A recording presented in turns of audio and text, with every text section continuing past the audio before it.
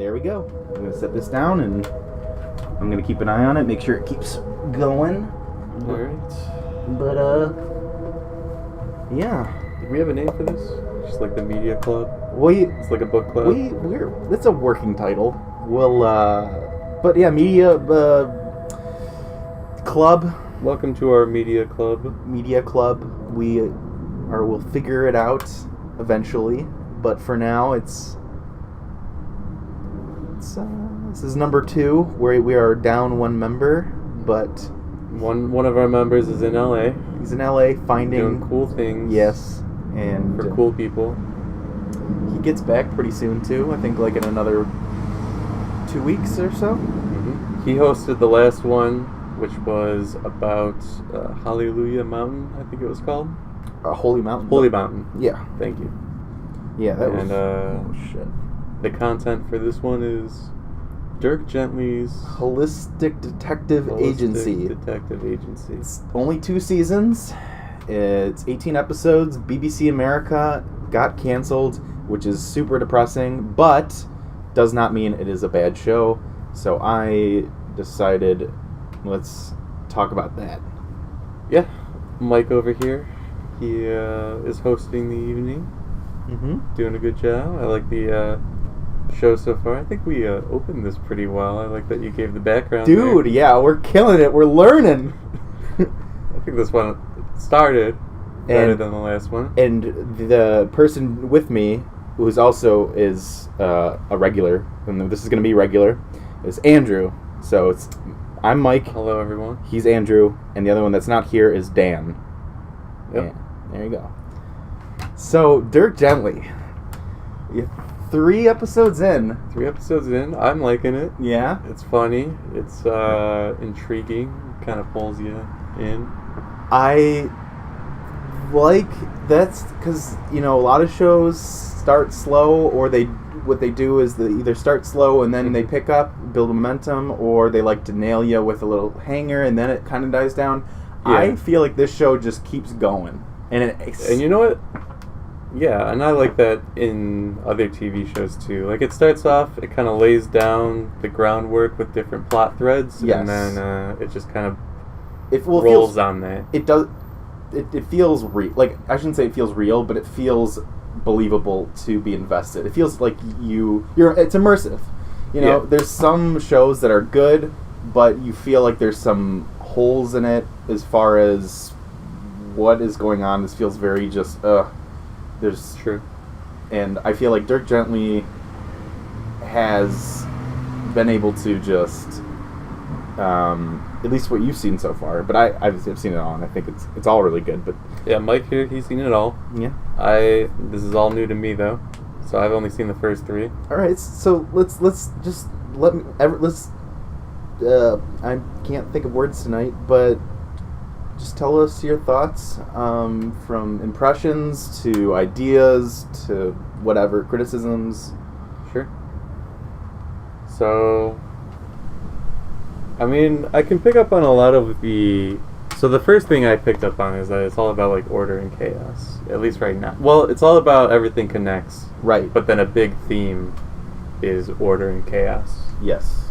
Yeah. And, they get that rolling from episode 1, and you can kind of pick out characters that are like more on the order side and more on the chaos side. Mm-hmm. Like the first order character that's kind of introduced is Dirk, and then the first chaos character that's kind of introduced is I think it would be Amanda. Oh, really? You think Amanda? Yeah, I feel like she's a chaos character because of her. But she's also kind of like recluse. So it's a little bit hard, but that's kind of what I feel like. At least she's in chaos, I'm actually glad that you picked up on that, because that is something that I did not pick up on till much later. Mm-hmm. And then a few episodes down the line, like the Rowdy 3 taking kind of like a interest in her. Yeah. So that kind of cements it a little bit further that she's kind of in that realm of chaos. Right. And then Elijah Wood is kind of in the middle. To me, he's like the He's like walking the line. He's definitely the most centered. He's the viewpoint for the audience. Yeah, that's definitely true. But yeah, and there's a lot we're still like uncovering about all these characters. Especially Elijah Wood's character, and yeah, they show him to have like a history, pretty sketchy. With so what we know is. So did they say time machine in the first episode? Yes. Okay. And that's another thing. I was happy, but also upset that you caught it. Well, they tell you. I know. I didn't catch that either when I saw it. But again, it's probably because I was drinking. Because I didn't know the show was going to be good.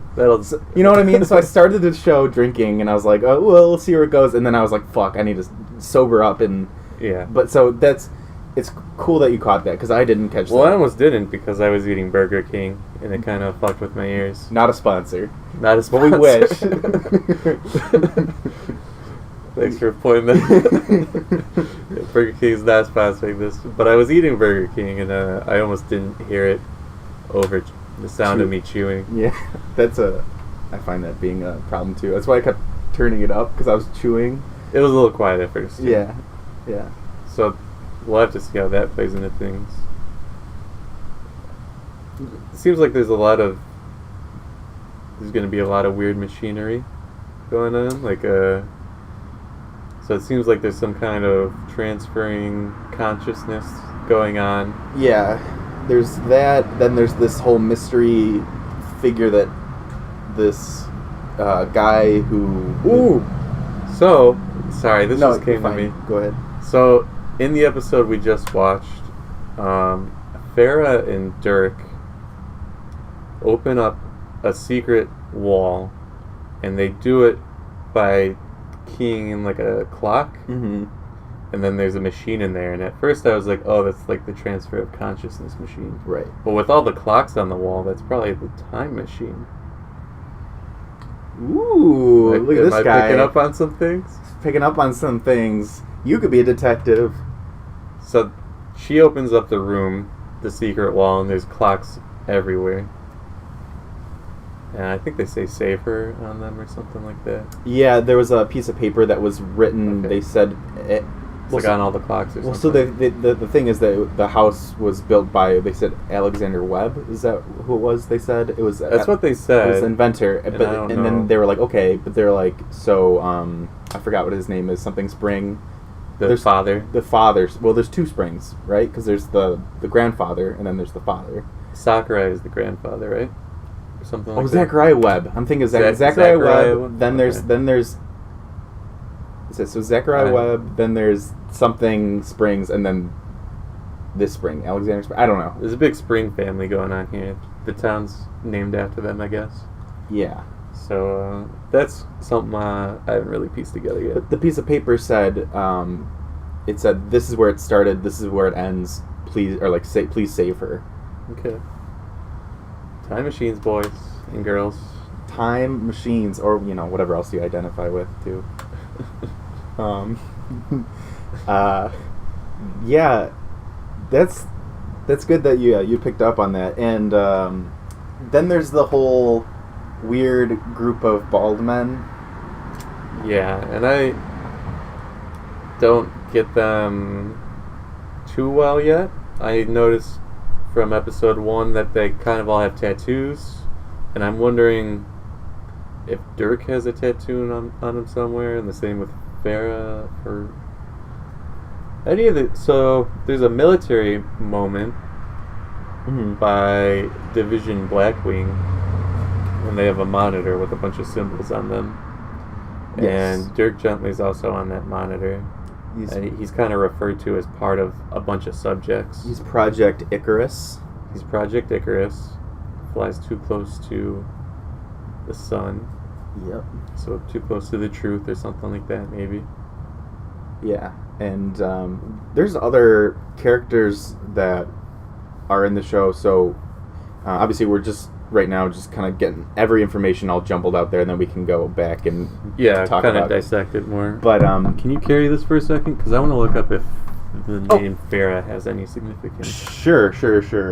But the thing I was gonna say was, obviously, so you saw all those symbols. So there's obviously, they said around like over 30 subjects. We've met a couple. Yeah. And you'll learn. Well, it looks like there's a lot of them. Right. But maybe they're not all alive or something. So, some we've met, some we haven't. Some characters you might think are part of it that aren't. There's some that you wouldn't think are. That's kind of going from season 1 and 2. Okay. But yeah, it's cool. It's interesting because he said it started in like 88. So it'd be well. That's the other thing is when that military man confronts Dirk, and it's very emotional for Dirk. Like he's like starting to. Yeah, that's the first time you see his character kind of thrown off. Yeah, he seems very this character that's super upbeat and kind of goofy all the time, and you can be completely 180s. And it's a good moment because it kind of humanizes him a little bit more. Yeah, he's not like this caricature. Right. So that's nice. Did you find anything? Nothing that like is interesting to me right now. At least for this spelling of Farah. It's an Arabic name that means happiness, joy, and that kind of stuff. And it also means ironworker, blacksmith, happiness, joy. What did you speculate about Farah? I didn't know, but I was just wondering if there was like more codename symbolism. Yeah. So yeah, because her family, her and her dad worked for the Spring family. Right. So there's some relation there. Right. Yeah, a lot of things. There's things that I definitely wanted to, and I'm sure it'll come up, but just throwing out there, I'm like. Then there's Bart. We had to talk about Bart and her situation with Ken, which is like the chaos, I guess, side in a way. Parallel. They're like the parallel of. So, which one? What's the? Is that the assassin? The holistic assassin? Yes. Yeah. And her assistant. And so she's Bart. Bartine or something like that. But she goes by Bart, and then her assistant Ken. Okay. And we've just found that in the last episode we watched, episode 3, that on both parallels of Bart and Ken and Dirk and Todd, that the assistants have accepted their roles. Yeah, and they do so like a little bit surprisingly quickly, and then they kind of cement it more as the episodes go on. Yeah. By episode 3, they're pretty cemented into that role. Mm-hmm. Yeah.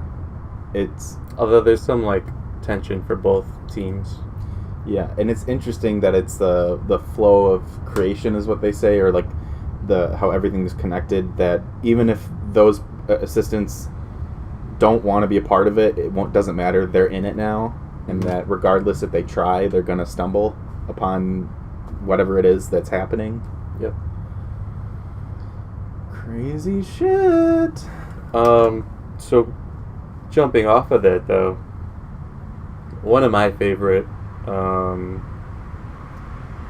not only literary but also just like any media technique is structural mirroring, which is where something that is happening at one time in the story or for one group of people parallels what's happening later in the story or at the same time for a different group of people. Yeah. So in episode 1, it's like when they both go to the gas station, both the teams. Yeah. And then they say like the same the flow of, or they're leaf in the flow of creation or stream of the dialogue. Yeah. Is the same sometimes. And it is a good technique to use, because when you see stuff like that, it gives the audience just like an emotional feeling of everything is connected. Right. Which is the meaning of the story so far. There's another... So it's a good choice of technique. It goes with the everything is connected theme, and I'm not going to spoil anything for you, but you've definitely... I can give examples. Well, I'm trying to think how I can give the example. I'm sure I can find something that is happening, because I noticed it when we were watching it. But there's this theme that, yes, everything is connected, and there are these things that are different, and yet they're the exact same thing. Can you go deeper in that? Yeah. Or like, I know you don't want to spoil something. There's two things I can think of that would spoil, and I'm not going to say those. I'm just trying to follow the idea. I mean, I guess you can say, going back to like the whole yin-yang chaos order, that they both need each other, but also there's like a... So they're two parts of a whole. But there's also this, I want to say, theme that happens throughout the story where you're going to see things that are very different, yet they're the same. I'm trying so hard not to spoil. But I guess don't look at certain things as an extreme, because it might flip-flop back into the other direction. I see. So I guess if you're looking... Well, in that way, it's kind of yin-yang. Yeah, because yin-yang has the two little holes in it too, and there's... Right, so something that seems totally one way has elements of the opposite way. Yeah. Okay, so that's cool. I'll pay attention for that as things go on. Yeah, it's... But, yeah, I imagine that's going to be part of, like, character development. Yeah, it is. It really is. There's some wild animals over there, and I don't know what kind they are, and I'm hoping they don't come over here, and I don't think they will. We'll probably be fine. Yeah, we'll be fine. We live in a suburb, people. It's okay. Yeah, I think it's like a raccoon or an opossum or something like that. Anyway. Oh, yeah. Well, someone pointed out, there was a video that someone made about how each character is kind of a loser. Like, even the good and the bad character, they're a loser, but then they...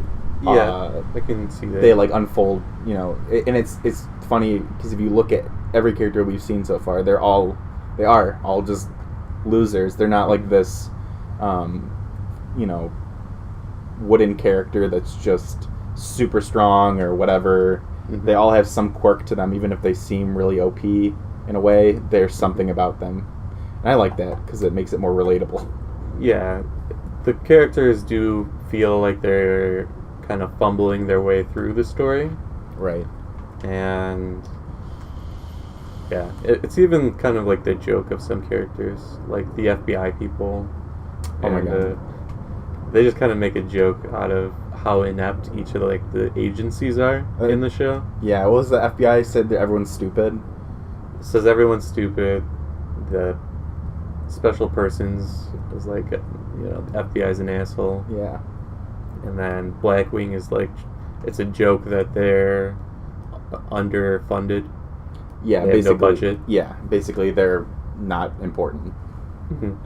I like the Blackwing scene with that boy. I was literally same wavelength. I was about to bring up, how did you like that guy? There's some super handsome, like, Nimrod character. Yeah, he's a total, like meathead type of guy, trigger happy. He's kind of like the punchline of a lot of funny moments. Yeah. Yeah, I like him. I just love like fat people. Yeah. There's a part where they're talking about what Blackwing is, because I guess the guy didn't know that he was a part of Blackwing. He was just like, what is it? I mean, the older guy who like created it is explaining it, and it's like, oh, it's this... What do you say? Something about like it's their abilities, they're like over the scale or something like that. Something where they're they're extra sensitive. Oh, they're extra sensitive. Which kind of plays into... Finish your thought first, and then I'll give like the meaning. Oh yeah, well, it basically like they're extra sensitive. He says something about the scale. Yeah. And so the other guy's like, so like fat people. He's got to find these fat people. These people who are off the scale. It's not funny that we're explaining it, but whatever. You gotta see it. It's a good moment. Anyway, do you want to explain what... So they make a joke in that scene to kind of distract you from the fact that they talked about these people who have extra sensory sensitivity. And we know that the main character and his sister have some sort of sensitivity hallucination issue. Right. And, we still need to find out about Todd's background because he's very avoidant about it. Right. But we know, yes. He gives off the feeling that he had this kind of same disorder before. Pararibulitis. Is that a real thing, by the way? Or is that no, I looked it up. I was like, holy shit, is that real? Like, whatever. I'm stupid. And I looked it up and was like, oh, it's just a fictional. I was like, okay, well thank God that's fake, because that would suck. That would suck. But, people do have hallucinations and shit, too, so... That's true. There's some basis. Yeah. But he suggests that he had that and got over it, or cured himself. He went through some kind of recovery. Mm-hmm. Yeah, now his sister's going through it, and he's spending... He's kind of the beacon of hope for her. Yeah, because she's looking to him, because he keeps telling her, I got through it, and he's, providing all the medication for her, which sounds like it's really expensive, and he has no money, but he's still trying to provide for her, kind of a caretaker role. But, yeah, so they have some sort of sensory connection, which is also... I'm so glad that you almost lump them in, or that you do lump them in along with this, Blackwing kind of project. Subject people, yeah. Yeah. Yeah, something like that. Seems related, at least. Yeah. Other cool moments. I liked it, some passerbys here. I liked, when the Rowdy 3 wreck his apartment. Yeah. And there's just something funny about the scene where they, blow open, the air conditioner or whatever, and then... Oh, it looks like he's breathing. I love that, too, yeah. Yeah, it's just fun. And, so that's good. There's a cool moment at the end of the first episode where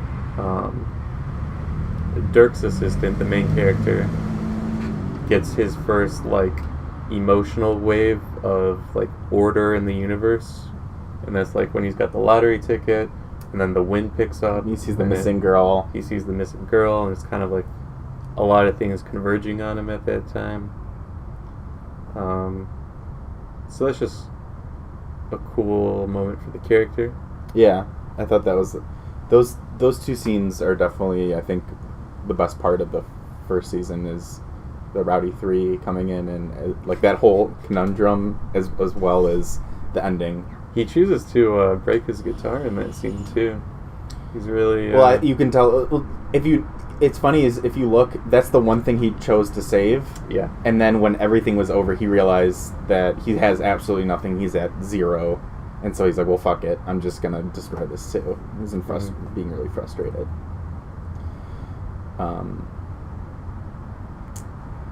Yeah. Before we jump into anything else, I was going to say, so you like the Rowdy 3, but did you like the Rowdy 3, the 4 of them? That they're well aware, that Dirk's wildly aware. Wildly aware. I do like them. They're all characters in their own right. I imagine that they're also part of the military thing. Blackwing subjects. Yeah. God damn, you're good at this.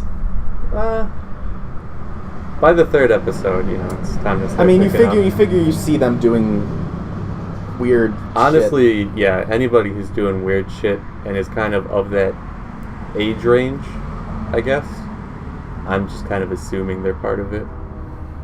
Yeah. Right now. What do you think their ability is? So, if you had to go through the characters that you think have abilities or are part of Blackwing or whatever, what do you think everyone's ability is currently? So they are all sucking light out of the Rowdy 3. 4. The 4 of them in the Rowdy 3. They suck light out of people that they've anybody who's kind of in a passed out state, I guess, so far. And I don't know the symbolism of that, because it seems like Dirk really doesn't want it to happen to him, but then it kind of okay though. Afterwards. He seems okay afterwards, and then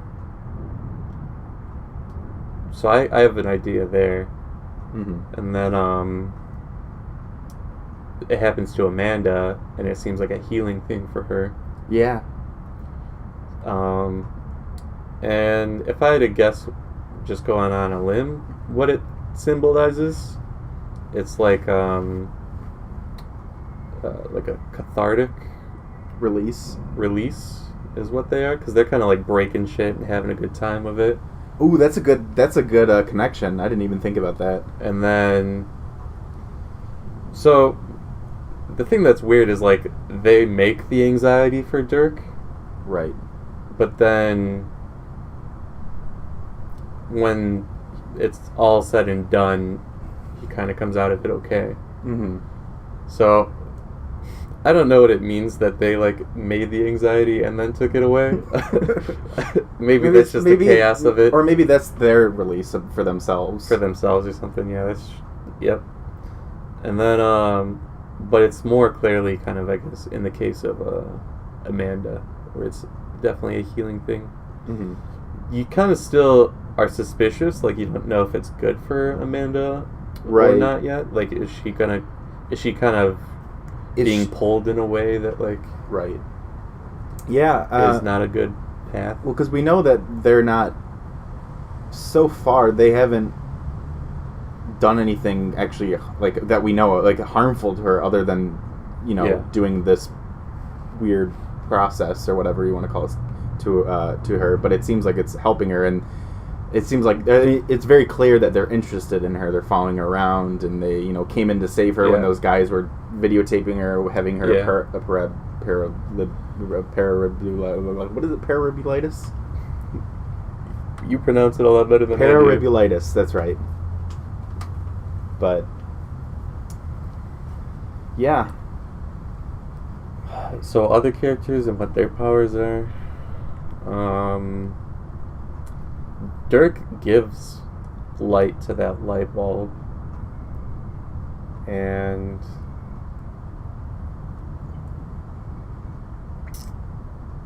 I guess I would have to think about that more. I don't really know. He's good at connecting things, I guess. Was it ever answered how he knew about that hammerhead shark thing? No, it was not answered. Okay. That will be answered in future episodes. Alright, so I don't know if that's power related or if that's something that's hidden from the audience right now.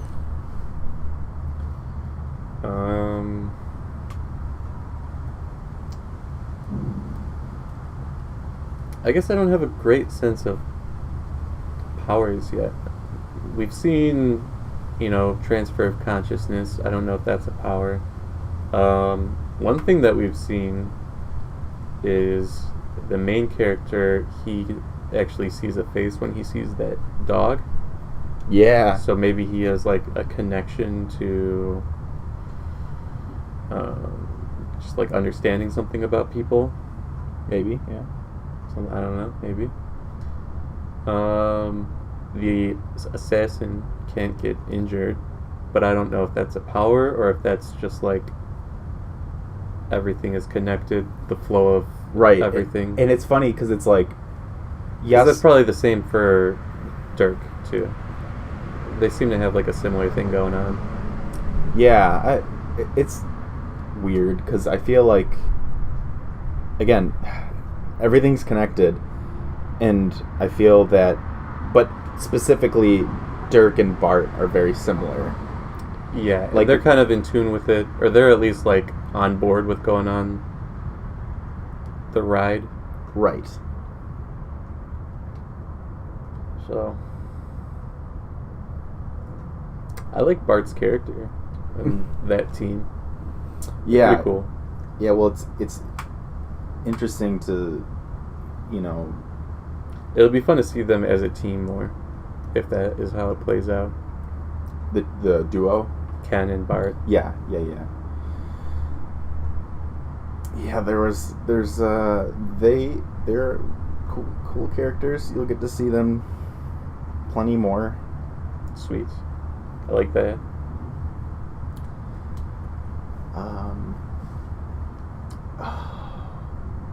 There's a lot of minor details that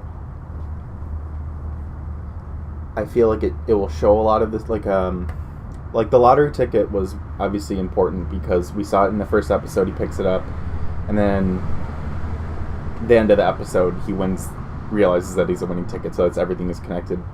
The other thing that I know about it, but I rewatching it for the second time, picked up on is that squeaky. Yeah, I guess I don't know much about that, but it's a good thing you're pointing it out because it's showing up a few times. It's like a motif in itself. Yeah, they do. Every time they show something, I feel like more than once, you instantly, like the corgi when in the first episode they showed it 3 times, and then he decided to go pick it up. 3 times. Oh, do you think it's a number thing? I don't know. There's like the whole 3 questions, 1 answer thing. Oh, yeah, that's I wasn't Rowdy 3. Rowdy 3. Oh. Symbolism and numbers here now. Shit. I just I wasn't really counting a lot of things yet. I'll have to start doing that. But we watched 3 episodes. We almost watched just 2. And then we went to 3. So something there.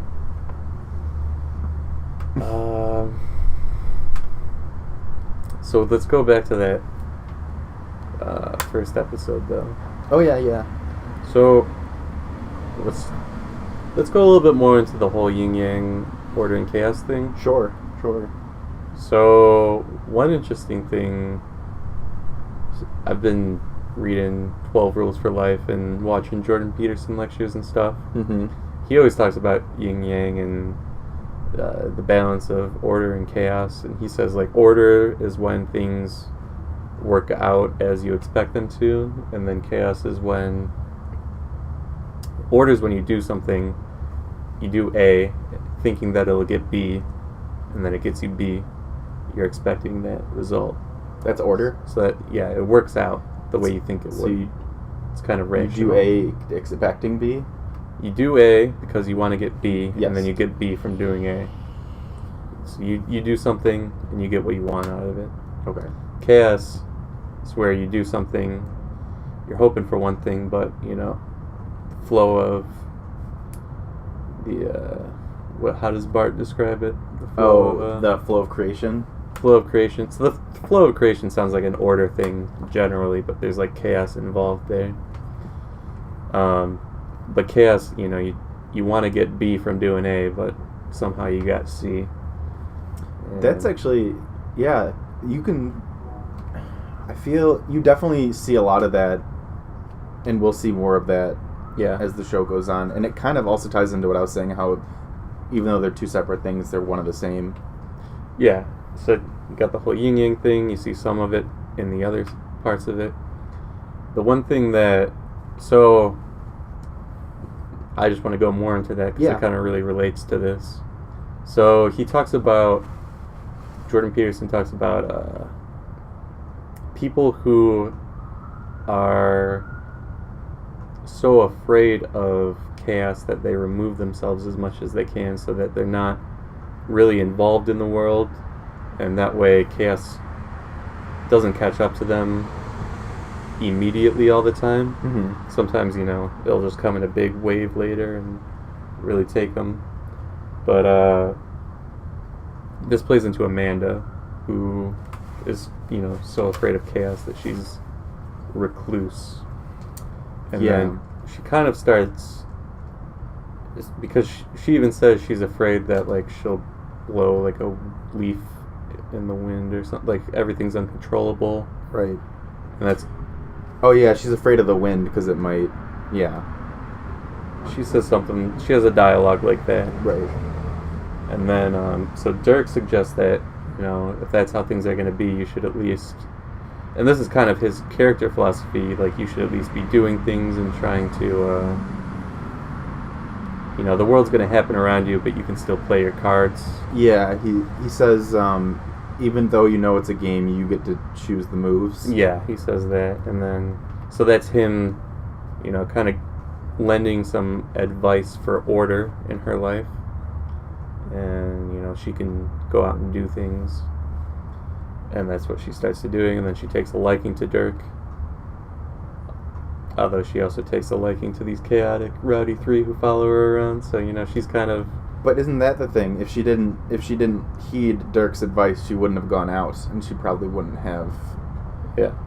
Built this connection with the Rowdy Three, so we know that it is all connected. So there you go with all the connection. And then another thing that Jordan brings up is that if you want to be in a meaningful place in life, you have to be taking on as much chaos as you can allow yourself to take on. You want to be right on your own personal border between order and chaos, which is where the main character feels like he is, because he's kind of pulled by both sides, characters from both sides. Yeah. And so that kind of solidifies him in the middle of the meaningful path through this story. Mm-hmm. Because he's exposed to all this chaos, which gives him clues and brings him to new leads. Right. And then Dirk kind of brings order off of those leads. Yeah. But being in the middle of that, so when you're in the middle of that, you're in the... I always forget what Bart calls it. Oh, the... flow or the stream. It's the... I don't know if she says flow or stream, but I think it's like the flow of creation or stream of creation. Yeah. So creation, she says, she has dialogue as well, Bart does. Either you're going to die and I'm going to kill them all. Or I'm going to kill them all. Yeah. And you're going to die or something, yeah. Or I'm going to kill some and you're going to die and then I'm going to kill the rest. Yeah. She knows how things are going to play out, but there's also a little chaos in there. And being on that edge between everything is where the real story lies. And it works out for her and for Ken. And that's also where Dirk and... what's the main character's name? I was calling them Todd. Dirk and Todd, they're also on that flow of creation, stream of creation. Well, it's well, I'll point this out and you can keep going, but this flow is inevitable, right? It's inevitable. No matter again, some variation. It varies slightly, but it can't be stopped. It keeps going, regardless if you want it or not. Yep. And at one point, I don't know if you caught it, but when the Blackwing leader is talking to his higher up, and she's like, "Oh, we wanted you to contain them all," and he was basically like, "You can't contain them." Yeah. You can't contain the flow of creation. There you go. Yeah. Things are in motion. Yeah, that's a good point. And I don't think I caught that really. That's good. Another little, Subtle. note. Yeah. Yeah, and then I think it's funny so we've got the people who are in the flow. People who are in the flow, and then I feel like it would be fun to break it down, who's on which side and stuff. Yeah, we can do that. I was going to say we also have the people who are observing it, and that's the people who are the FBI, the Blackwing. So they're not in it, but they're around it. They're not in the flow because they're too much to one side, is what I feel like. Oh, yeah. No, that's true. Because they're too much on the order side. And that's important because they're not the ones getting the leads. Really, unless it comes to them. Well, because they have no chaos, so they can't.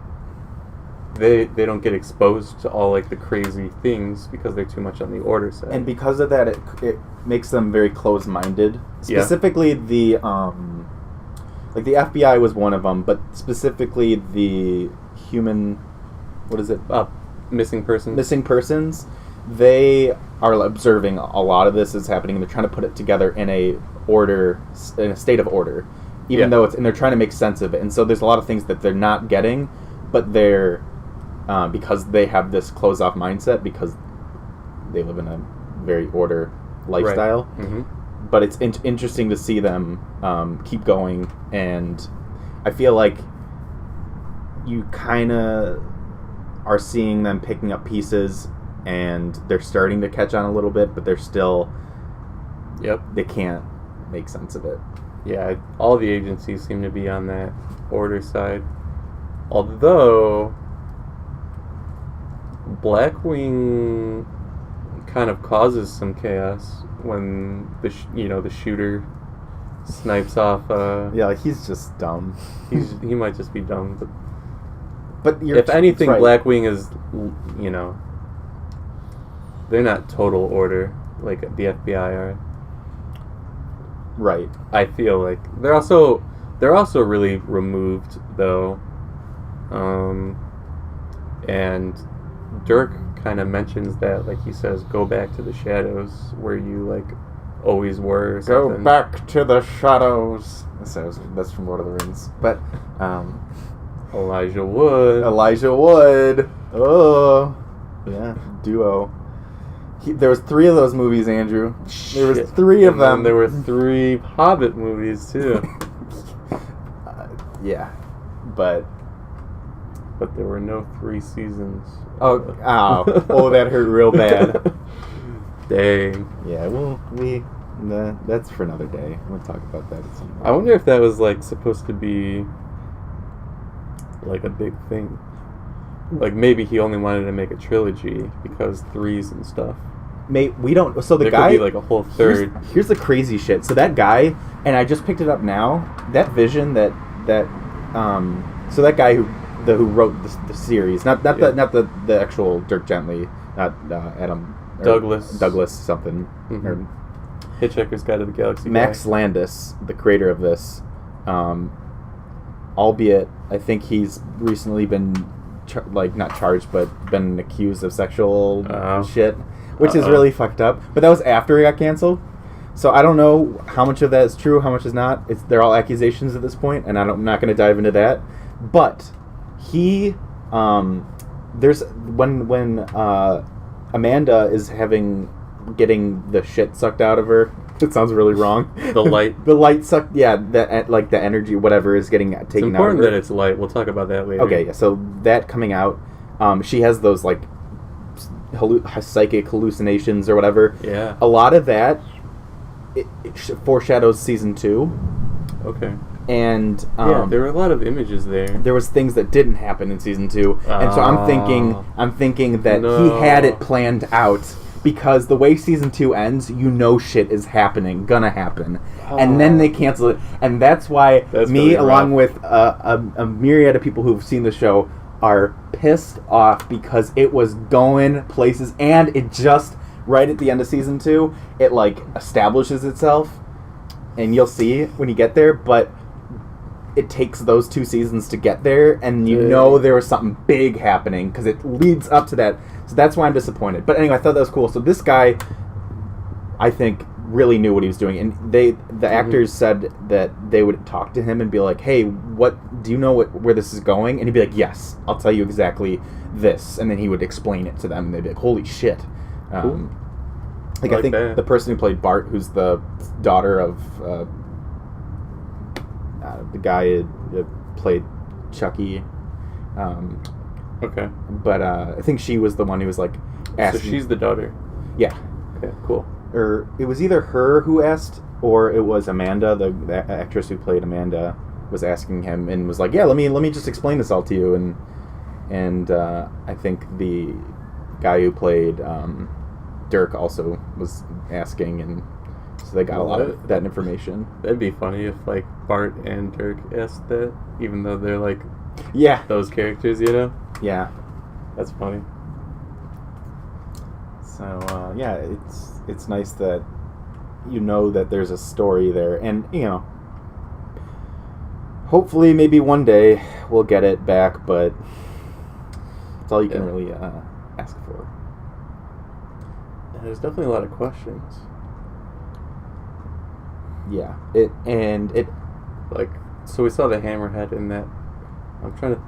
I wanted to write down, and then I was like, oh, I'll remember. I only remember 3 distinct things in that. I remember the hammerhead. Yeah, that was clear. Oh, I remember 4 now. I remember we saw Todd taking off a mask.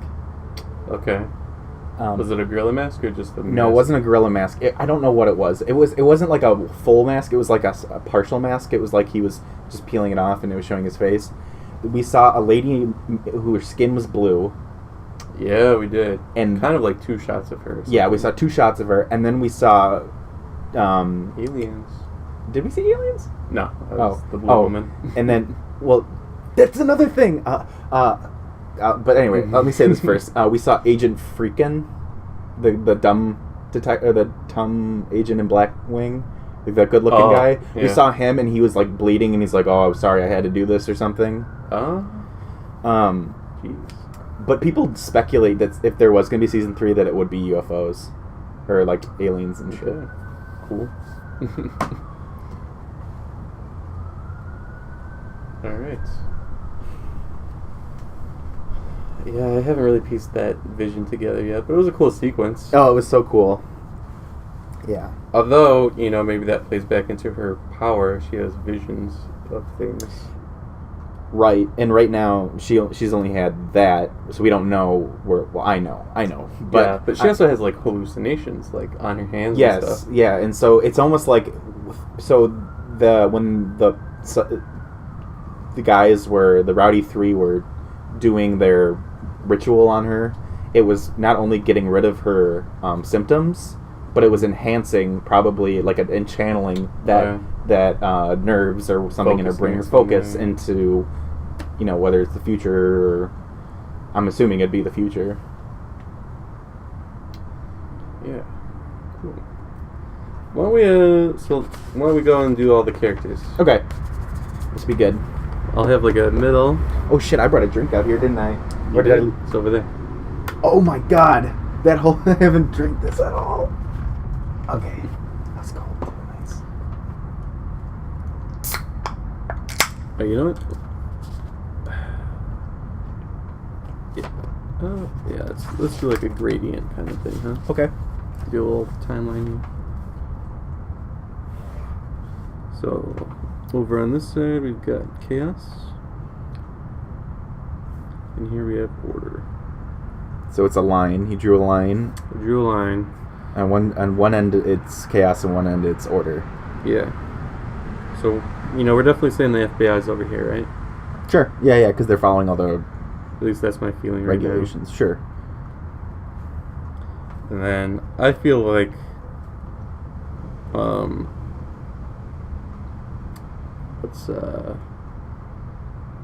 the Rowdy 3 are on the chaos side.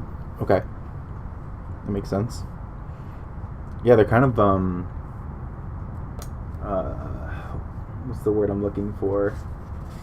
Like anarchists in a way. Yeah, definitely. They're at least super disruptive. Very disruptive. They're rowdy. They haven't killed anyone, or at least that we know. But they haven't injured it. Well, they keep saying that. Well, I'm saying they beat up that one guy, but they didn't they just did it to get him out of the way. Yeah. So that's good. They haven't seemed to be chaotic in too bad of a way. It's just like it's just chaos. It's just anxiety, like anxiety that I feel like they bring out. They're not doing like, Joker style chaos where it's like killing people and harming. They seem to have like good motives, and even they're doing kind of like shitty things. Even for them, who I would say I agree with you that they're at that end of the chaos spectrum. Even though they're on that side, they still have rules. I feel like They do seem to have some kind of internal structure going on, and you'll learn more about that. And that's so this maybe we should just say this is where things start, because and then we can kind of map character development. We could do this again at the end of the season or something. Yeah, we're definitely gonna do a part 2 of this when you've seen everything. Yeah, so I'll save this. Yes, and then we can revisit it, see where people moved to. Yeah, first impressions. That's what this will be. So I'm sorry, I called them chaos, but Rowdy 3. Did you put the chaos 3? I just put chaos. They're that chaotic, folks. So Amanda, I feel like, tries to live in order, but everything is chaotic for her in the beginning. And then she kind of embraces it. Yeah. Well, why do you think she's in? Can you give examples of her being in a part of the Order? She's not in Order, but she like wants to feel like she is, I guess, because she's living. She just lives in her house. Yeah, she's total recluse. Total recluse, just living at home, and at home is the place where you want to feel like doing A gets you B. It's the place where you want to feel like everything is in order, and nothing's gonna come out and bite me from the shadows. The problem is that the chaos is inside of her. Oh shit! Yeah. And she doesn't. And she's so used to an order world. Well, I didn't say she's order not even world. like. I would just say. Yeah, order. she never has true order, but she just wants to like. She thinks that this is what will get her order, even though it's just getting her more chaos. And then Dirk points it out, and she's like, "You're right. Even though I want to live in order here, it's just chaos here." I wonder if that also has to play in the part of like if you look at like the Big Five.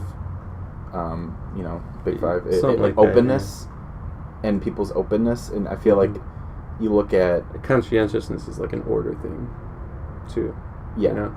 Yeah. High conscientiousness is like order, but having high openness, or like more openness, would allow one to kind of embrace chaos. Yes. Because that's more of like the creative trait is openness. So, and then the conscientiousness is like the order trait. So if you're, so that probably plays into it. Yeah, that's a good point. So I would put her on the chaos side. Okay, yeah. You know? Not that she's like causing chaos, it's just that she is it's kind of done to swimming in chaos. Yeah. So I'll put her like here.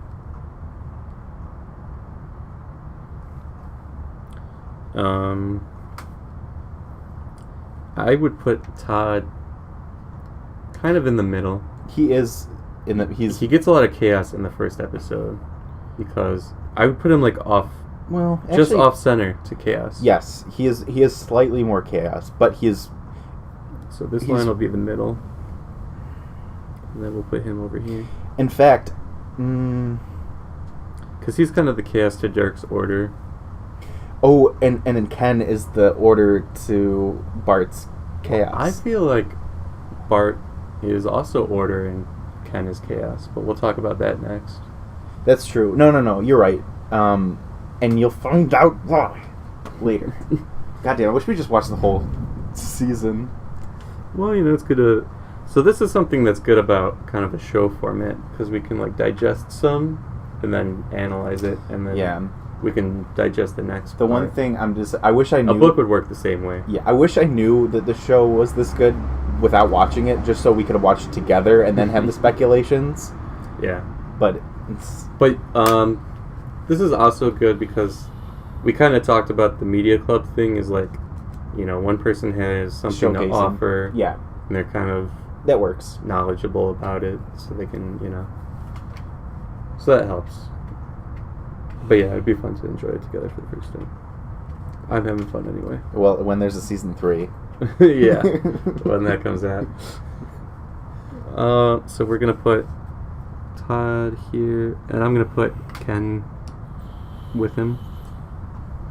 But I guess we should talk about that. But first I'm going to put Dirk pretty, moderately... In order? In order. Yeah, he's not blinded by the order, but... Dirk. And then I would put... So I guess I would put Bart, kind of next to him. And we'll talk about that. Yeah, we can provide a picture, too, at some point, if we made... You know what I mean? We can have, I guess this really isn't interesting to listen to. If we... But we'll try and visualize this for everybody. Yeah, we'll put pictures and stuff if we need to. We'll put, clips, and if we need to show reference. This isn't live. This is not live, so we can do that absolutely, and we'll hope to. You're welcome, folks.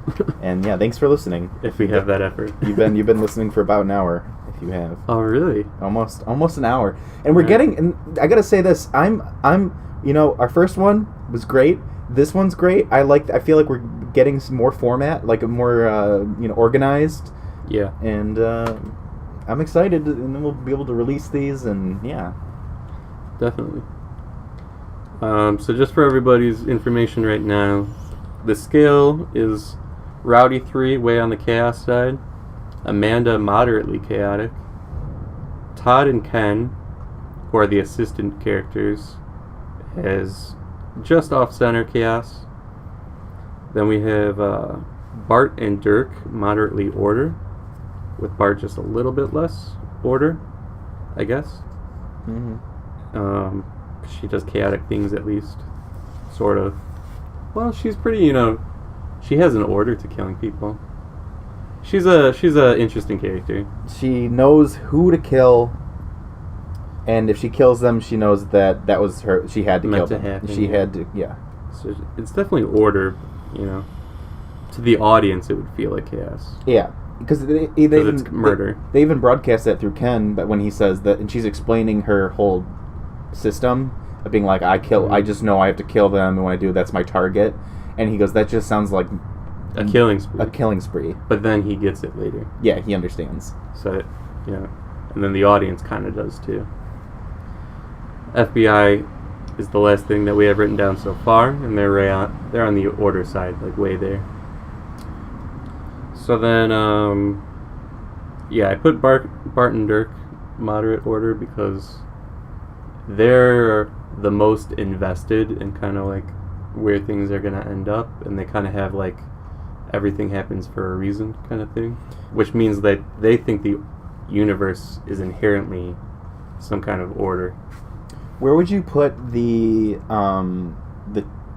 would you put the Black Wing agents and the missing persons, and then finally where would you put the quote unquote bad guys? So missing persons I'm going to put on the order side too. Just a little bit less than the FBI, I guess. Mm-hmm. Because everything's kind of coming to them. They're not really exposed to chaos. Except for when things come to them. Otherwise, they're kind of like left out of the story. In the Black Wing, it seems like two separate people. Because we have got one guy who understands what's going on, one guy who does not get it at all. True. So, you might say the guy who doesn't get it at all, he's kind of like a chaos, and then... So Black Wing... We'll put, like, Black Wing in the middle, but we'll, like, have arrows that go to both sides. I don't know, something like that. This whole thing is chaotic, it's getting crazy, but yeah. Yeah, there's some order there, though. Yeah. It's right on the flow of creation on this page. Mm-hmm. The bad guys... I don't think we know enough yet. They're pretty mysterious right now. They kind of feel, they feel like they have a cultish order going on. Like they have like the supreme soul, so they have kind of a hierarchy that's an order. But then, they kind of fumble around in a way that's chaotic. Yeah. Like, you don't feel like the bald people, like, really get it. They kind of feel like muscle men. Yeah. But their names, Zed, Ed, Ned, Fred. Yeah, they're characters. Creepy. They have tattoos, which is a big motif, but we don't get it yet. Aside from, maybe it was, like, tattooed on them by the military. We'll see. Yeah. Also, just side note, I was curious because I was like, I wonder how much longer we could record for without it stopping on us. And then I looked and it says 700 hours remaining for recording. Woo. So I think... Stay with us, folks. We got some content. Yeah. So, yeah. Did you... I don't know where I would put, like, the bad people. They're a hard... I mean, I think anyone who's not in the flow, like, specifically... We'll put them right with Blackwing. I think that's where they belong. Because they got the leader who's, like, off on the order. Yeah. And then they got the henchmen that are, like, on the chaos. Which is, like, just what Blackwing is, too. He's got like the sniper who's like on the chaos. Sure, yeah. I mean, because again, I think... And then you got more of like an assistance and leader thing going on. Yes, that's a theme. So that's as another well. theme there. So that's cool. So we'll just put them bad guys. Oh, we didn't put Farah, did you? Farah is the next one to talk about, I guess. Yeah. Because we're still learning more about her. You know, she's this kick-ass. I mean, right first episode, or the second episode, we see her throwing some guys around, and she feels like a quarter to the Order. Nice. I like how you said that. A quarter to the Order. Because she's, you know, she feels like a put-together person. She does, but also she isn't, right? Because from what we've seen, is she likes to appear that she's composed and well put together, but then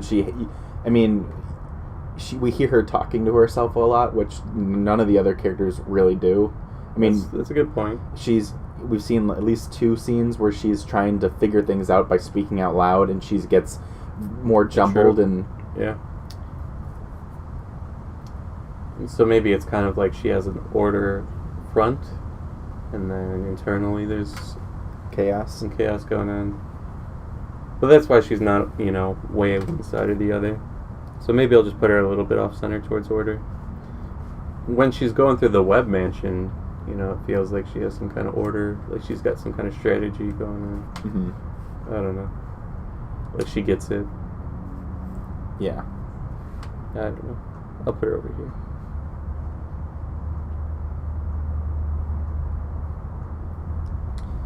And then she tries to, like, even when she's talking to herself, she makes sense. Like, she's trying to make, like, logical, rational. Like, she's like, oh, the bullet, it pierced through the floor, so it must be military, and she got it right. She knew, military. Like, the exact precise, you know, details of what the bullet was, and... Yeah. So in that sense, I do feel like she's really on the Order side, because when she thinks something A means something B, it turns out to be correct. She thinks a bullet going through the floor means military, and she's right. That was fired by a military gun. She thinks... I had another example. With the floor plan, she thinks A will lead to something important, B, and then she finds the wall, and she thinks, you know, beyond this wall is B, and then she opens up the wall, and it's kind of what she was expecting. Well, isn't that funny? Because even though Dirk is in that Order perspective, he was like, oh, did he...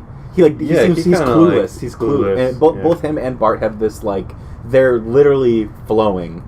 They're just, they are the leaf. They're not trying to get to... They have an idea of point B they want to get to, and they do get there, but they're not...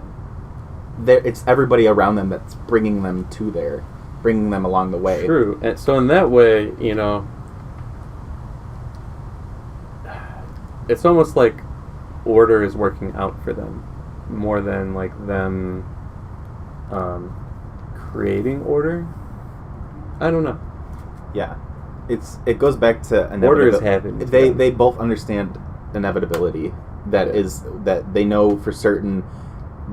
They will get to the outcome. They will get to their target, their destination, and they almost don't really... It's not that they don't care, but they're not really focused on how to get to their destination, the journey. They know that they're going to get there and see how it unfolds. And I think that's where it's both chaos and Order, because they know the Order... The Order is that they know they're going to be getting to their destination. The chaos is what happens in between. One other person who felt really left out in the first 3 episodes, but I get the feeling that they're going to come back, is that woman who was crying. On the bed? On the bed in the first episode. Yeah, well, because the person that she was arguing with, we would assume, is the FBI agent that died. Who ended up being kind of a reoccurring character.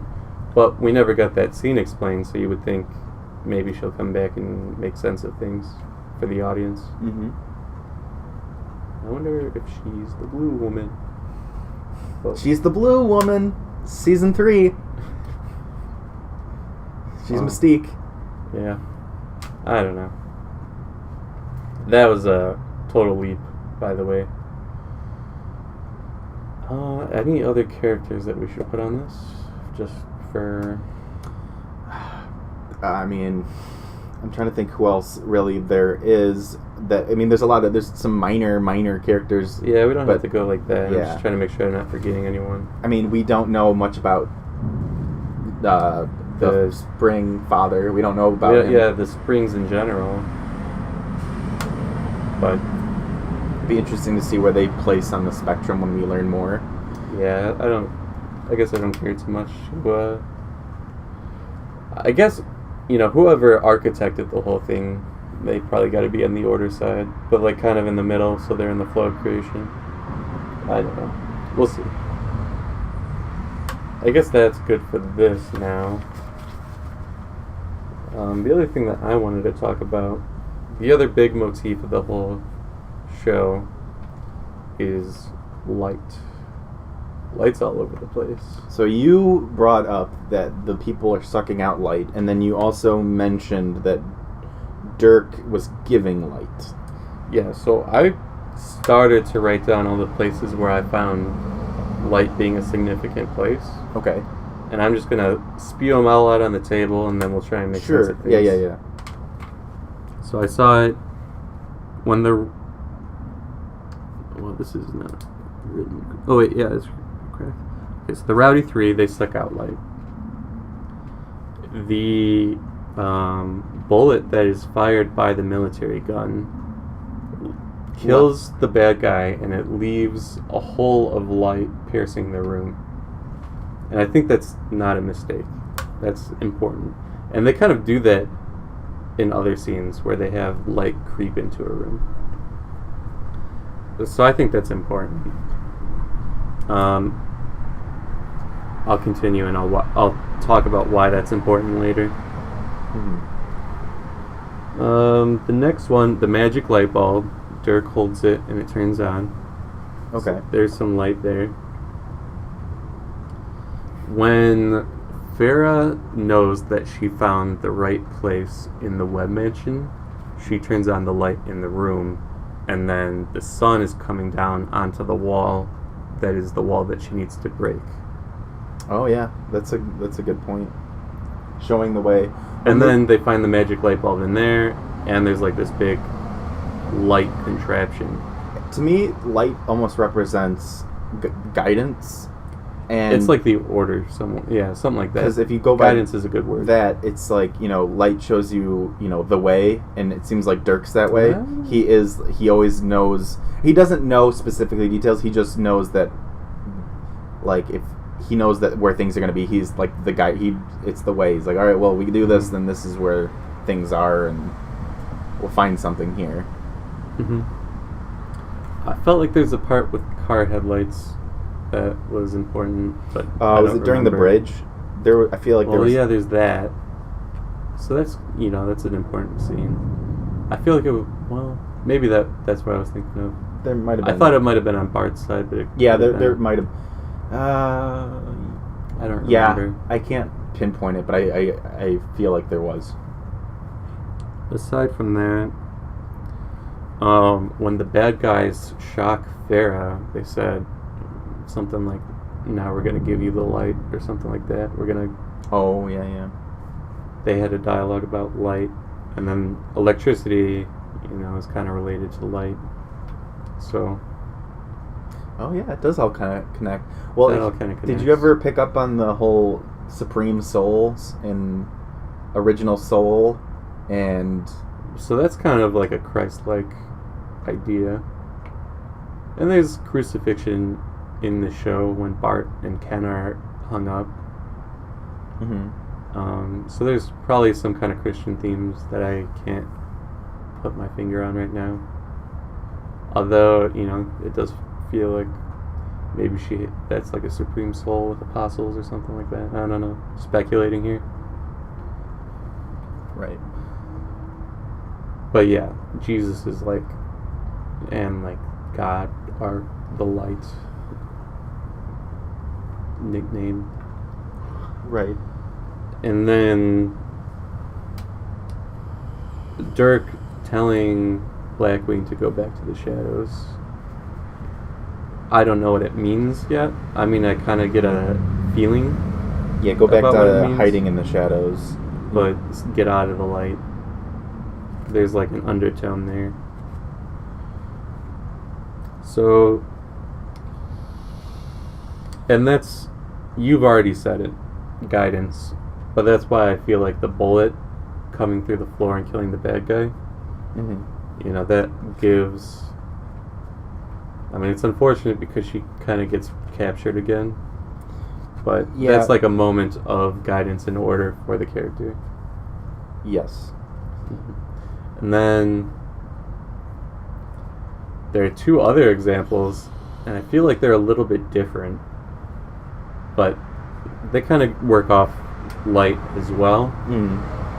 That is when Ken and Bart are freed, it's because I think it's on fire. It's a torch that, so they say, we're going to light you on fire. We're going to burn you. Yeah. And then they drop the torch and... No, he throws a baseball. He throws a baseball, torch falls or something. It hits Ken in the head and then it bounces it hits like a cement pillar and it falls on one of the guy's heads and then he shoots another guy and it... Ricochet is a big... There's a lot of ricocheting, There's a lot of ricochet. Yeah. It's definitely not the last ricochet you'll see. That's, you know, and that's just like a funny gag for Destiny. Yeah. Stepping in. Yeah, and you see that a lot on Bart's side too, because she knows she's not gonna get hurt. So the guy's trying to shoot at her and it doesn't hit her, and then his gun won't click, and then she even demonstrates it herself when she shows Ken all the bullets, and then and then right before Amanda has her vision, she's on fire, which might play into this as well. Okay. So light seems like a big thing, and it's always like a moment of guidance. Or like order stepping in or something like that. Yeah, I can see that. Yeah, it's somewhere, light is somewhere at the center of everything being connected. Yeah. You'll see these themes play out more I never looked at it from a light perspective, but when you point it out, it makes a lot of sense, and your theory, your idea on that, you'll see more of that as you watch. So that's really cool that you observed that, because I never saw that when I watched it. I'm trying to think. I'm really trying to analyze or look back at the episodes we watched. I don't know if you have anything else. I'm just trying to think. I don't know. I feel like 3 was a good amount because we got, like enough to talk about. Yeah. And we talked about a lot of good things. And I'm sure there's more that we missed. Yeah, I'm sure. So we'll have to obviously reorganize our thoughts when we finish the series, this season.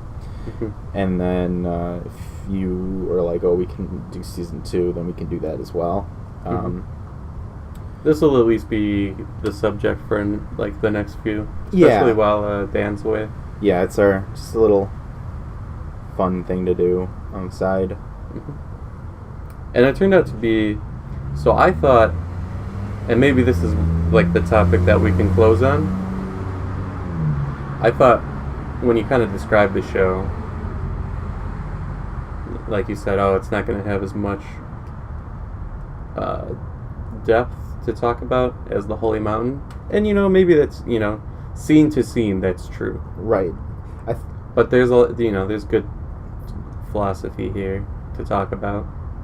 Well, it's definitely interesting. I mean, it's definitely entertaining to talk about, too. And seeing all of the stylistic choices. Just like in the Holy Mountain, we saw all those stylistic choices that had... Yeah. But that one was like a punch in the stomach for me.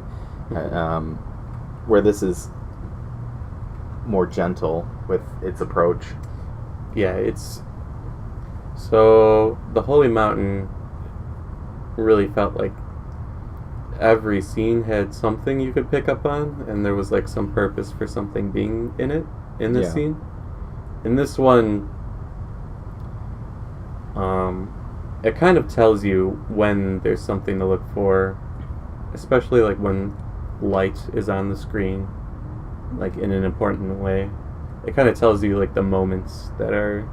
Yeah. See, pay attention to this. The thing that's nice about it is Dirk Gently is it's easy for anybody to watch and you want to find the answers, but the show does such a good job that it has good timing where it gives you just enough information that will feed you and then keep you interested to keep going to figure it out. And it does it in a way where watching it the first time through, you're like, oh, okay, and that's what it is. The second time through, there's a lot of hidden things that make a lot of sense. That, I mean, you can do that with a lot of shows.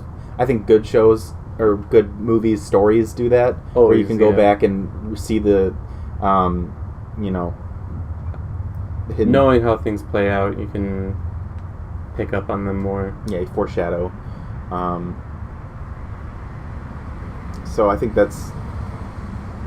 Yeah, it's a fucking great show. So the last topic I was going to bring up. So this is what I felt like our whole conversation was going to be about when you said like maybe there's not going to be as much as Holy Mountain. Is just kind of like looking at it from like, oh, that was creative, that was artistic, that was something cool they did. We talked about that when like the guy's breathing air conditioner. Yeah, that's so cool. It's just funny moments and stuff. But, if we want to talk about, like, wow, they had such good delivery on a joke, or, that scene looked really cool or something. I think this is, like, kind of where we wrap it up and talk about those artistic moments. For sure. Well, first of all, I mentioned this to you, before you watch it. I am a big fan of the soundtrack. I really like the music of it. It's eerie. It's weird. It's very distinct. Even like the opening, credit music is. Yeah, it's nice. I like that. Got a very distinct tune to it, and there's, and I misplaced it in the first episode. I thought it was right when he understands that the lottery ticket's the winning ticket. It's actually the scene leading up to that when it's showing it shows like Bart in the car with Ken, and it shows that, but it's that I'm not gonna redo it, but it's like this eerie music, but then it has an undertone layer to it that makes it almost really peaceful at the same time. And so for me, that's my favorite track of it. But there's just I wish we could play it. Yeah, well, we could do that if we but I can actually, if you know what it's called. Yeah, I know it. I know exactly what it is. It's because I don't remember. I'll pull it up in a second. They're pulling up right now, I guess. But if you want to, if there's anything, music is a good point though, because if you haven't watched it, you don't know this, but the music was made for the show. Yes. Is that a real rock star, by the way? No, it's a fake. It's a fake one, but it's funny too because. It feels like someone who was like in the Aerosmiths or something. Yeah, well, that actor looks really familiar, and I feel like he looks like the Aerosmith guy. Well, what's funny is when I was watching the show, I was like, hey, that guy was in Supernatural. Hey, that guy was in Supernatural. Hey, that person was in I counted. There had to have been over 15 people from Supernatural in it, including the handsome idiot. He's in one episode of and so when I saw him, I was like, oh my god, he looks so familiar. And then I was like, oh, it's that guy. And so it's really funny. But so I thought that was interesting. One of the Rowdy Three is also a major character in Supernatural. But so let's see if this is the part. All right, I think. Let me check. It kind of gives me this kind of vibe. Yeah, Aerosmith. He's got like those cheeks, It's the cheeks. Yeah. He definitely had that. You should look up the actor if you can find him. What was something Lux? Lux actor Dirk Gently. Also, here, this is the song. Oh yeah, I do remember this one. Just wait for it. It'll get to the... This isn't the exact part, but...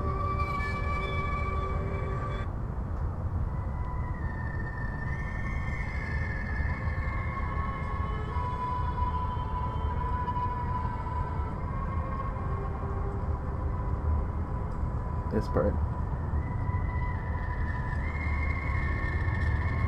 It's got like a little bassiness underneath it. Mm-hmm. Yeah, I do like that. It is airy. Yeah. But it does have, like, the bass does kind of bring it to a different place, too. It's a surreal feeling. Yeah. Which is good because the next scene is kind of surreal for the character. He wins the lottery and, like, the wind picks up. And Yeah. Oh my god, yeah. So good. So yeah, I haven't looked at the actor's name yet. But, you know, he's kind of got the cheeks. He's got that rock star, like... Yeah, kind of like that's your typical... That's the... Starving That's the epitome... rock star. That's the epitome of, like, a old school rock star today. Yeah. You know, Yeah. like the... Which is funny because he gets, like, transferred It's like out a of Steven it. Tyler's, because you were showing pictures of Aerosmith. So that's... Yeah, it's a very Steven Tyler-esque look, feel. You know, Mick Jagger and all those big rock stars. He definitely had that. And I thought it was so funny when they show it, because you find out that one guy has, like, been put inside that guy's body. And then he's like, oh, what do you think of Lux something to the girls? Or Lux du jour. She's like, who? And he's just like, ouch. And then that's a funny scene. And then also when they break into his house and they're like, oh, it's all this Lux du jour stuff. And Elijah Wood's Todd's like, I hate Lux du jour. Let's get out of here, or something like that. Like, I hate Lux du jour. We need to go. Yeah, it's funny. That's nice. It's a nice touch. Yeah. I love the humor in the show. I think because it's not, I wouldn't call it a comedy per se. It is definitely... Yeah, it's not like every second, you know. They take it seriously sometimes. And it's just like... But it keeps it whimsical. Yeah, it's this very... It's this... I want to say it's almost like sci-fi-ish kind of a detective show. Yeah. And then it's just like sugar on top of humor from here and there, and it fits perfectly. And then along with it's prevalent. It's very prevalent. It's in there. It's not, like Dirk Gently himself is just funny, and sometimes he says stuff that I normally be like, okay, that'd be annoying, but you laugh at it because you know it's annoying, because you see Todd is annoyed with it, and that's why it makes it funny. Because if Todd wasn't annoyed with it, you'd be like, okay, that's annoying. The dynamic helps dynamic takes it off, and you, instead of being like, wow, this guy's a fucking annoying piece of shit, or not, you know, he's annoying, instead you're like, oh, he's like, he also agrees. So because I get that vibe about the character too. Like when he brought out the knife, and he's like, oh, you know what they say. He's like, that you should, or like when with a knife in a gunfight, he's like, that you shouldn't do it, and he's like, oh, is that what it's supposed to mean? Again, if you didn't see Todd's face, and if he was like, if he did something like that, you'd be like, wow, this sucks. But because he was just like, oh my god. Yeah. And that's gonna make Dirk into a really lovable character when he dies. Jesus. Well, what do you think's gonna happen when or if, but when, because it's a show, when Bart meets Dirk? You know, it's gonna be an interesting thing. I was hoping that was that, but that's when I was like, oh, there's this one thing I want to happen, and I don't think it's this episode. It's them. Like right now, she obviously wants to kill him. Yes, but it gives you the impression, like, oh, and by the time she gets there, or at least in the moment of meeting, so either she's going to develop before she gets there, which I don't think is going to happen. I think it's more likely that they're going to have some kind of climax where they meet, and something chaotic happens where she doesn't get to kill him right away, and then through the aftermath of the chaos, she finds a different light in Dirk. Mm-hmm. That's my because he gives light. Because he gives light, folks. I say that a lot. Yeah. Well, is there any other? I'm trying to think if there's any more last minute stylistic art sort of thing. I mean, there's tons throughout the entire thing. I don't think we could talk about all of them, but yeah. The van that the rowdies are all. I love the revving of it. It sounds like a person talking. Like it sounds like a person, like someone put like a voice on it. It sounds like a person, and it also gives like a bestial feeling. Yeah, it's like a growl. Like it's growling. It's not. It's not a. It's more than a vehicle. It's this beast. Yes. And that kind of like hints at like the chaos like starting to. What's a beastly thing to do? I mean, it's like inside of her. It's coming out. It's like to link it to her, and maybe it's lurking, or you know. Yeah, that's a good point. Yeah. Let's see. The animals is not. I'm not saying artistic wise, but like that's another animals thing. A lot of animals. We know there's a shark. We know there's a cat. We know there's a dog. That's a woman or a girl. Yeah. And a girl that's a dog. And then there was a gorilla mask. A gorilla mask. So yeah, animals are a big thing. They said there was also a giraffe mask or something. Yeah, I didn't. Yeah, they said it briefly. They said there was someone in a. Oh, it was missing persons. No, it was Luxor, whoever he became, that fat guy. He mentioned, he was like, oh, there was a guy in a gorilla and a guy in a giraffe mask. I think he was talking on the phone. He's like, there's those two guys. Interesting. Okay. Guns and crossbows are like a thing. Yeah, those the electric crossbows. Yeah.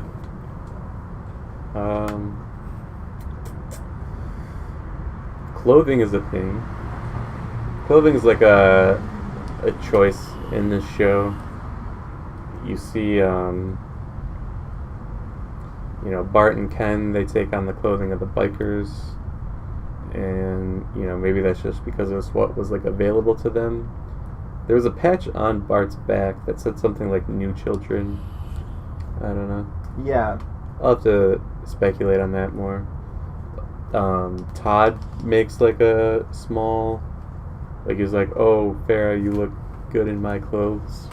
Oh yeah, isn't she wearing a? I don't know if it was, but she's wearing his band. Yeah, Mexican funeral. Mexican funeral. And then she had a jacket. Dirk has like a suit. He's got like a nice jacket though. And then Amanda has a jacket. The Rowdy, I think, all wear. The Rowdies all have like their outfit thing going on. It's just Todd, man. He doesn't have it. He needs to get a jacket.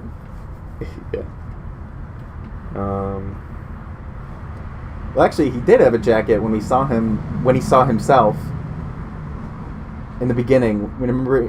Yeah, he does. He gets it sometime in a different time. Which is funny. You would think, like, if you saw yourself, you would pursue that, but he just goes to the penthouse. Well, so here's the thing that I interpreted when I said, because you heard the time machine thing, so you're like, okay, it has to do with the time machine.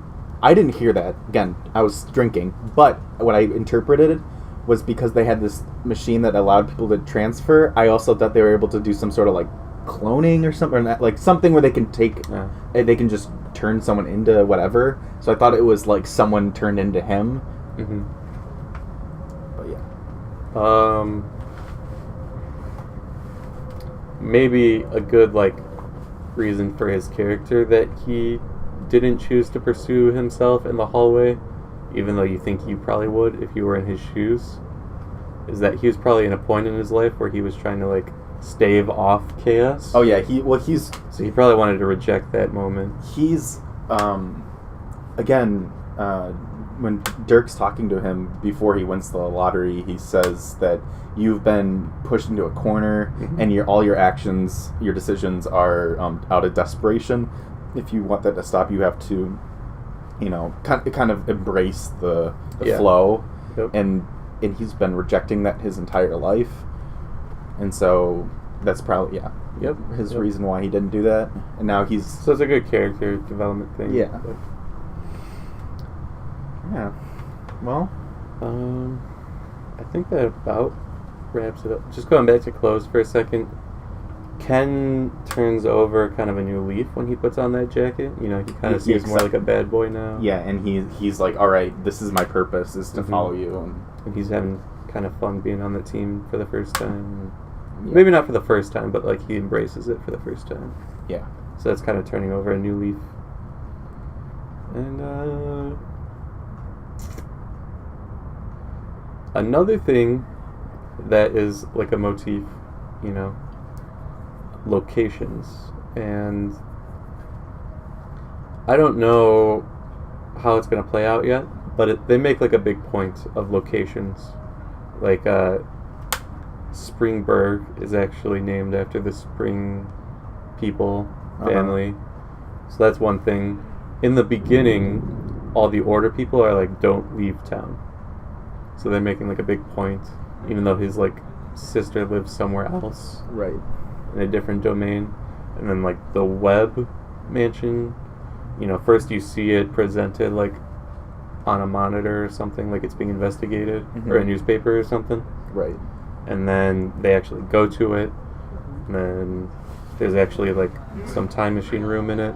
So that feels like, you know, they got something going around with places in this show. And I don't have it put together yet, but it's important. Yeah. You know?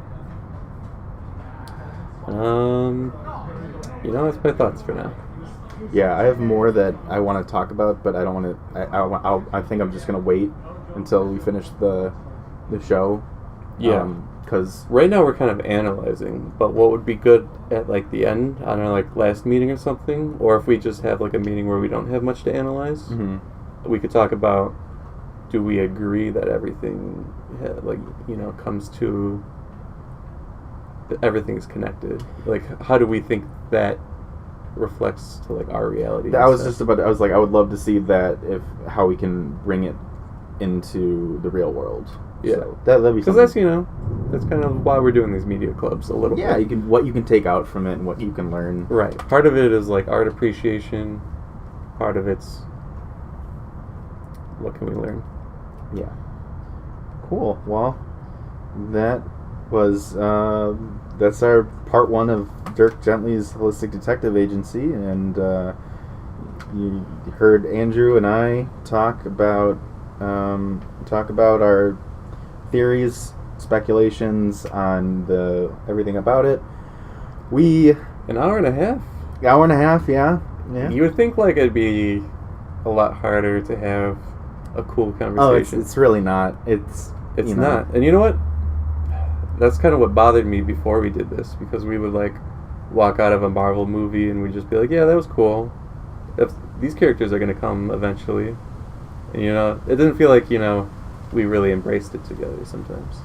Yeah, no, but like doing this, it's nice to sit down and just spit out dig thoughts. Deep into something. Yeah, it really is. I mean, you find out a lot more things, especially when you're talking to someone else and you're not trying to rush it. You just go through. I mean, I felt like that with the Holy Mountain as well. I mean, I really, you know, didn't know what I was gonna even think about, but talking with you and Dan about it made me be like, oh shit, that's right, and oh yeah, that's a good point I missed. And even today, you brought up points that I would never thought about, that I was like, yeah, that makes sense, and it makes me have a new appreciation for the show and the people that created it, because it was cool. It was cool.